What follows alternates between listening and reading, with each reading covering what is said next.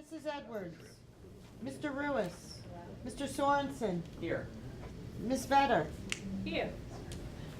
Okay, thank you all for coming to Ag and Sustainability, and we'll start off with our reports from Stephen Carroll. Okay, well, first, wish you all a prosperous and happy and healthy new year. Starting off, update on the NIPA activities. I spoke with Ravi Shankar this morning. They have received the electrical and oil data. They're reviewing it now. And he will be contacting DPW to set up some teleconferences to learn about the mechanical systems in the building. And then once they get that accomplished, it sounds like they'll be ready to do their actual walkthrough audit and take a hard look at the things very soon. Let's see, what else do we have here? The lighting retrofits, Windwater. We met with them. We passed it, take one down and pass it around. 99 There you go.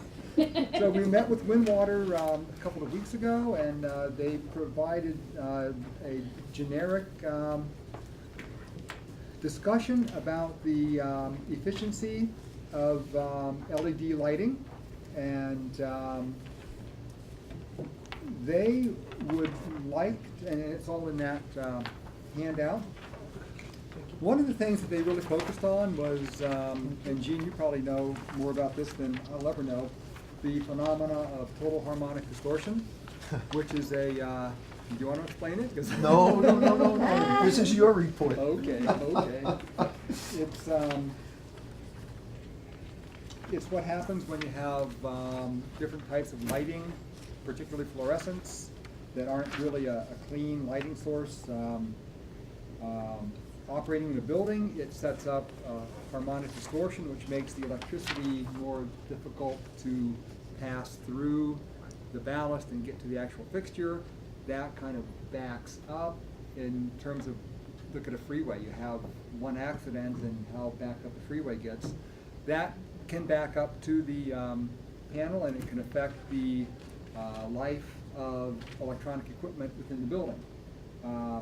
LEDs typically are manufactured now to a standard of 5% or less total harmonic distortion, which seems to be a very acceptable and very clean industry standard. One of the gentlemen that met with Carol and I, his name is Eric Hafner. I would like to ask that he be able to address, I would think that the Public Works Committee, he's a salesperson for them, but he's a scientist salesperson. He can give he's got the spreadsheets on his computer that'll take that kind of light bulb and tell you what changing it out will do, and he's got all that detailed knowledge. Steve, if we're going to go to ultimately hire somebody to do this work, you probably don't want to invite them in the beginning, especially if you think that they are a potentially good vendor. Okay. Because you'll wind up with having potentially given a preference to or design specs for things of that sort. So I think we're better off if you do your own research. You don't want to get slammed by somebody after the fact and say, you didn't give us an opportunity to come in and show how good we were and to write the specs for us. So just be careful. Okay. Who was that company, Steve? I'm sorry. Eric is he works with Carmel Windwater, the people that wrote this non-generic report. Well, I was thinking along the lines of him giving just a generic kind of a upgrade on this without giving any technical specs in terms of this particular building, and then see if the county would want to issue an RFP for companies to but I That'd appreciate be my like concern. what Frank Yeah. Yoder did with broadband. It sounds like he's gonna give a talk on what it is, not necessarily my company can do it better.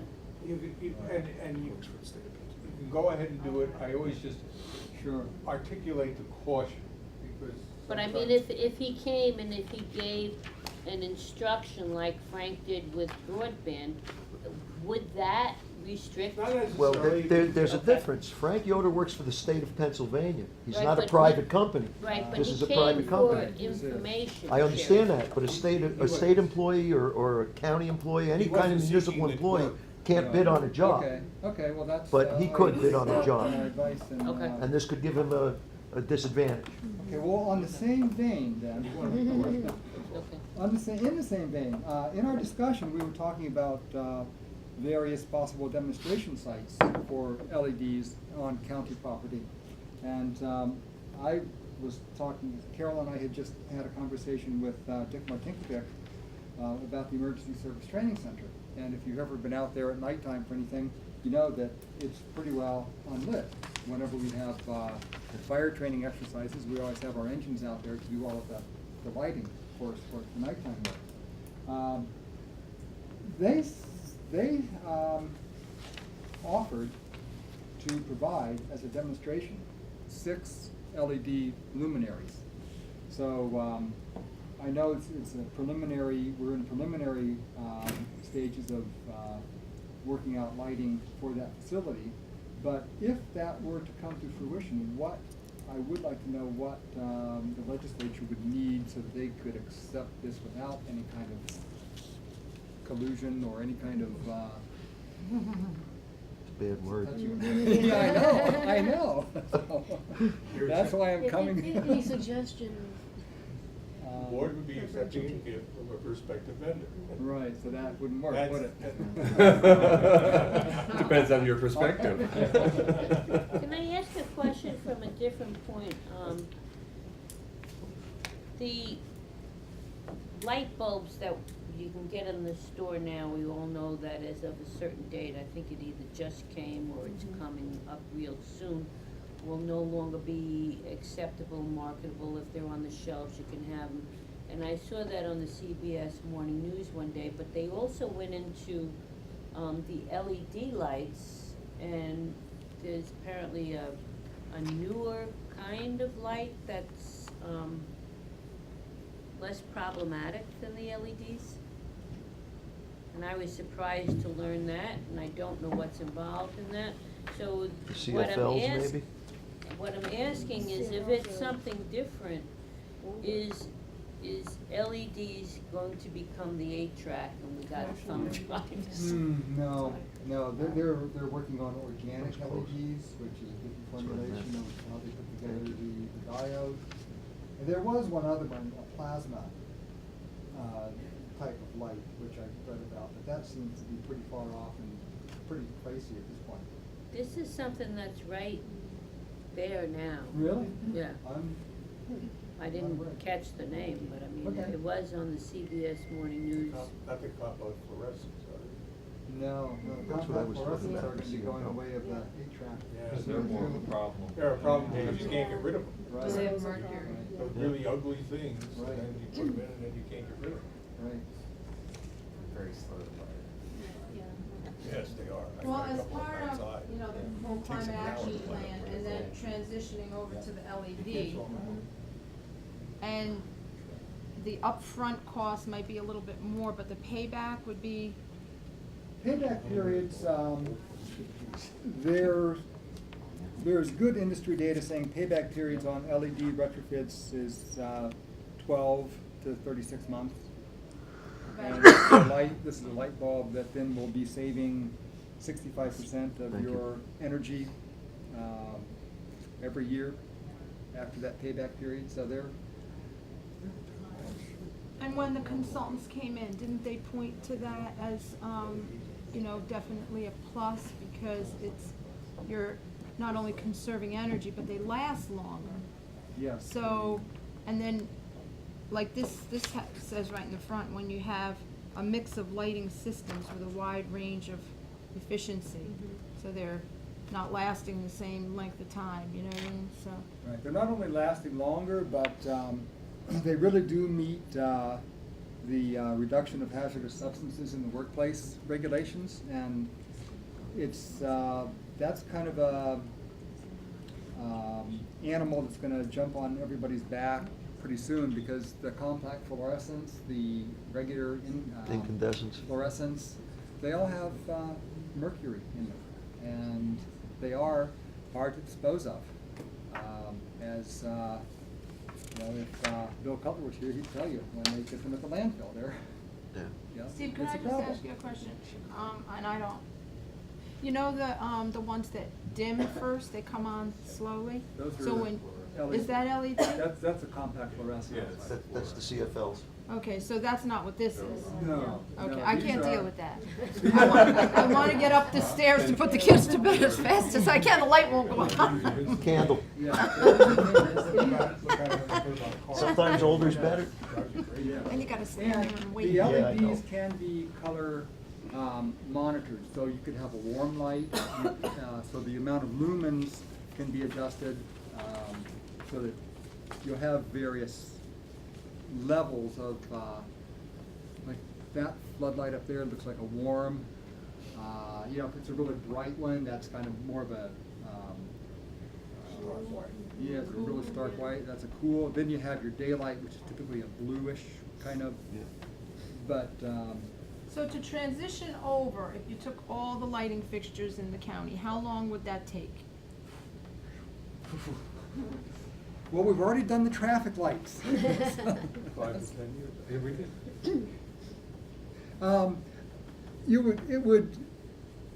I would think that if it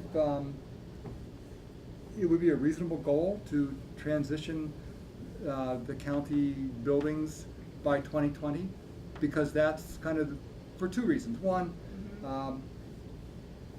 you don't want to do an LED retrofit if you know you're going to be doing a rehab of the building. Because if you're going to do a rehab of the building, then you want to get everything combined together, your heating, ventilating, air conditioning, because your lights do affect internal temperature of the building. If you go to LEDs, you will have a little bit higher heating cost in the winter because they don't put out as much heat.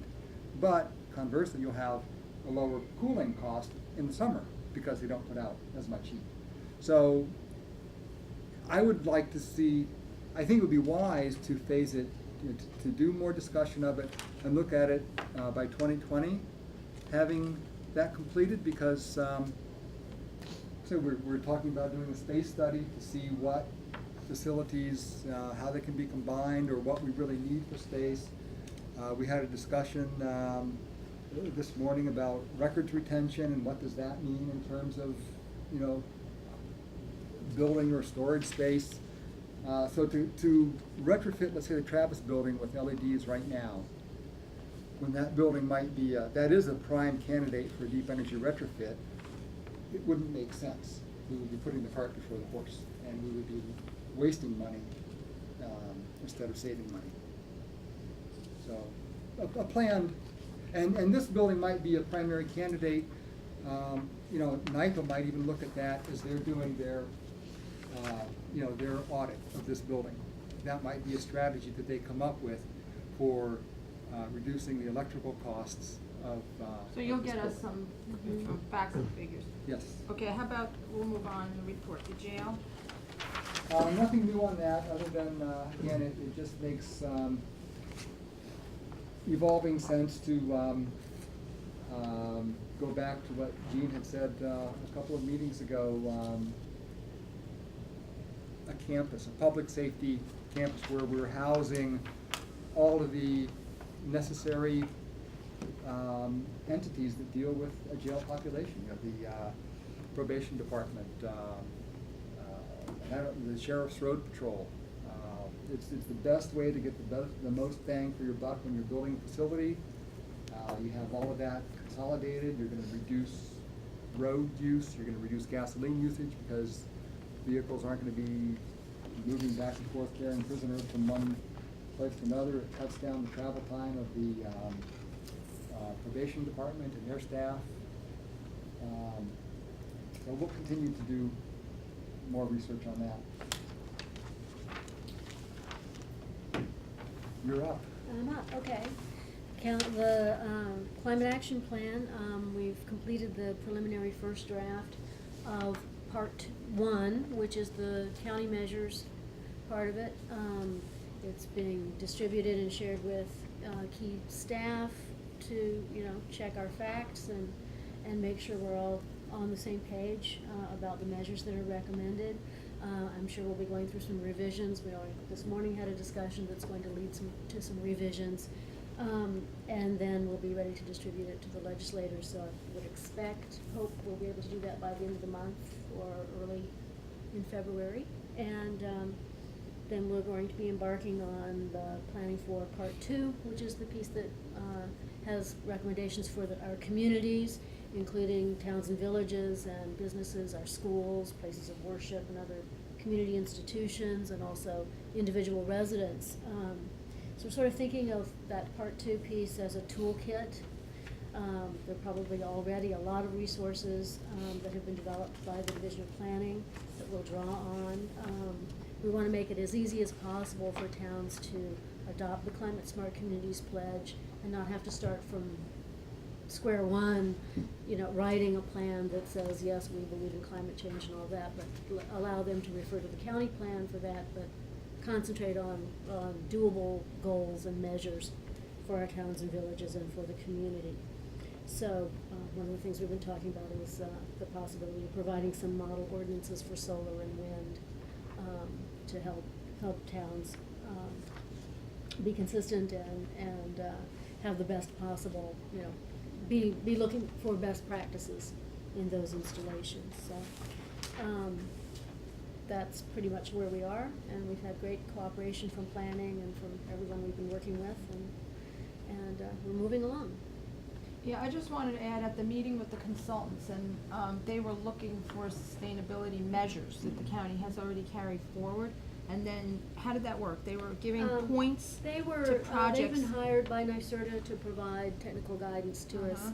They had prepared a community profile that looked at our pledge and how we were doing. So they kind of analyzed Yeah. our county measures, and then at the end of the meeting, they kept saying, wow, you got points for this project, you got Mhm. points for that project, you're well above what we've seen. Yeah. So I thought that was really incredibly, Yeah, we were Interesting. actually, we're a bit ahead of some of our surrounding counties in our action on actually addressing all 10 of our, the points in our pledge. And so that was all very good news. And now Really good. they're going to be reviewing the greenhouse gas analysis and our goals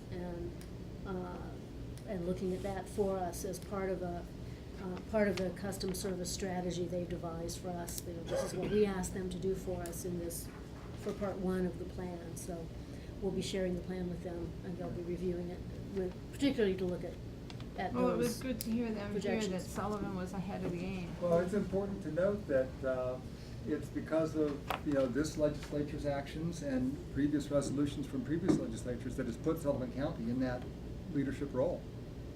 Without those resolutions, Sullivan County would not have first foot out the door. Mhm. So, the legislature is, you're the folks that have really set this in motion, and that's really laudable. We did hear through the grapevine that David Church, who is the Orange County planner, when he was reviewing some things, heard about the Sullivan County Climate Action Plan, and he said, I think Sullivan County is the only county in the Mid-Hudson Regional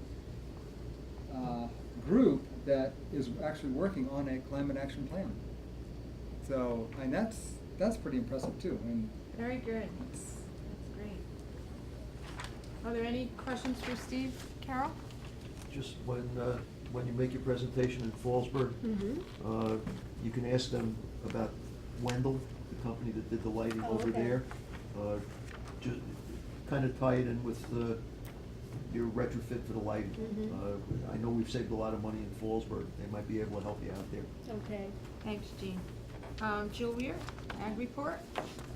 I don't have much to report other than what's on the report, other than to just let you know, that we are having an Ag Advisory Board meeting tomorrow at 1:00.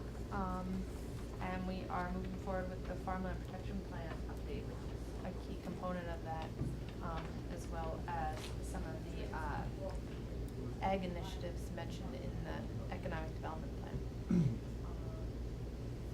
And I see the other thing you have on the agenda for the IDA, I did get a response, if you want me to talk about that now. Yeah, or- that'll be fine. Or talk about it now? Okay.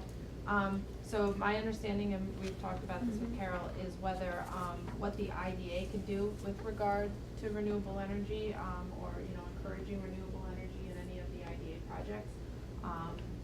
And Jennifer seemed, amenable to that, or optimistic that that would be something.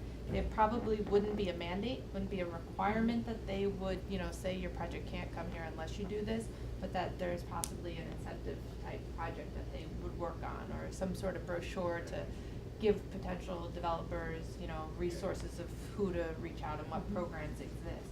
But they, are happy to continue moving forward with that discussion. I think they're waiting to hear back from Carol and Stephen on what some of the other IDAs are doing, or what other resources, so that they can look at this. And they are looking to, I think annually or something, the IDA goes out and reviews their policies and everything. So this would be a prime time for them to kind of look at that. And I think at one point, being that the IDA works with new businesses and existing businesses, to have an incentive, they would do like a pilot program, was that? Well, that's what they spoke of, creating a pilot program of including incentives for, and so we'd be talking about, there's not a lot of research because we're not finding a lot of places that have actually done this through an industrial development agency vehicle. So we're still trying to find, what's a suitable and comparable effort. But there are some requirements we've seen that are, a certain amount of renewable energy per 100,000 feet of floor space, that kind of thing, so. Excellent, So what we'll right. be trying to do is not only, help them devise specific standards, but also how to sell this to businesses as not only something that's going to save them a lot of money, but, it's a big branding opportunity for the county. It's a really Well, I see it forward-looking also place. as, the more renewable energy projects you get, stimulating the economy, and then you have businesses coming or approaching the county. Yeah, those businesses will come when they see demand for their, Well, then it works back their to the climate services. action Yeah. plan to meet our goal of reduction, Yeah, so. yeah. All works together. Right, yeah, really good, well, thank you. Okay, Jill, was there any questions for Jill? Okay, Ed? Other than we're working with Steve and Carol on getting information for Ravi to work on this building, that's primarily what we're at right at this point. Fuel oil bills and then our mechanicals on this building. We'll be setting up a meeting in the near future. And how long do you think that project would take? We're looking at a year probably, I would guess. We haven't ever worked with them before, so I don't know how rapidly they proceed. This is our pilot project with them, so we'll determine that as we go. Okay, good. Okay. Discussions, we already covered the sustainability standards for future county projects. And the only other thing was I wanted to, talk a little bit about Solutions Project. I got a call from several constituents over near me, trying to encourage people to attend that meeting. It's on, I had it written down and now I don't know where my paper is. It's on January 14th. Oh, it's at 7 p.m. The Tustin Town Board is holding a presentation on the Solutions Project. And they will have, the plan, proposed there, and they'll have investors there that are working on getting funding. And basically what the Solution Project is a reuse of the Narrowsburg School. I did have a summary here that I wanted to read. Now I don't know where I put that. It's a reuse of the Narrowsburg School. The Solution Project is trying to do basically a food hub project to try and utilize local products, tap into local agricultural initiatives, and possibly, you know, reuse the building for a community center and other things in the community. The building itself is structurally sound because it was part of, it still is part of the Sullivan West School District, and a lot of money, millions of dollars went in to renovate it and redo the heating system. It is for sale. The Solutions Project had made an offer that Sullivan West had rejected at first, but now they're trying to increase the investments there and possibly purchase the building. And then they have a board set up that will work to, you know, make this the community hub, and the county as well. So they were asking me to reach out and to, you know, announce the meeting on January 14th, 7 p.m., Tustin Town Hall. If anybody can go, they're gonna do a presentation, and anybody can ask questions that they might have. So I see it as another effort toward revitalizing that western end of the county, if that building could be purchased, and also tapping into the agricultural community as well. So I think it's really a win-win situation if they can purchase the building, so. Are there any questions about that? We did, I don't know if you remember, we did a presentation. Solutions came in back maybe 4 or 5 months ago and did a presentation in this committee. So this is a little step further with the investment end of it. So we're hoping that, Alan? The recent CFA announcement mentioned that Sullivan County received funding for a food hub. That's different from that project, or do we know where that is? Well, from what I That was the IDA one. 200,000 to the IDA food hub, which I don't have an update on that. The last I heard, the location would be at the eastern end of the county, somewhere over here in Woodridge or Glenwild somewhere. And that was a regional project, so it didn't even necessarily, from what I read, mean that Sullivan would get the food hub. It might be a regional project. Okay. Solutions is the reuse of the Narrowsburg School, and they're looking into investment funds, people that want to support, you know, the purchase of Sullivan West School, because there are several proposals for that property, but there's, you know, a lot of interest. The town board is interested. That's why they're having the presentation, to try to utilize that, because it is the center of the town over there. It's a beautiful building. Yeah, I It's like the been idea renovated. That it also had, it was very Commercial close to the kitchen. rail service there, and it had a lot of positives going for it. It's an old WPA project building, like most of the older schools were in this town. So what I'm trying to do for my constituents is to build the interest in the solution project, to look into it. I'm gonna get an update. Hopefully I'll have that for the next committee meeting. And if anybody can attend, I'm hoping that, you know, some of our legislators will attend, but I'm hoping that people that have an interest in agriculture and food hub and, you know, economic development will support that project. Any questions? Okay, public comment? Motion to adjourn. Kitty, Alan. Thank you all for coming.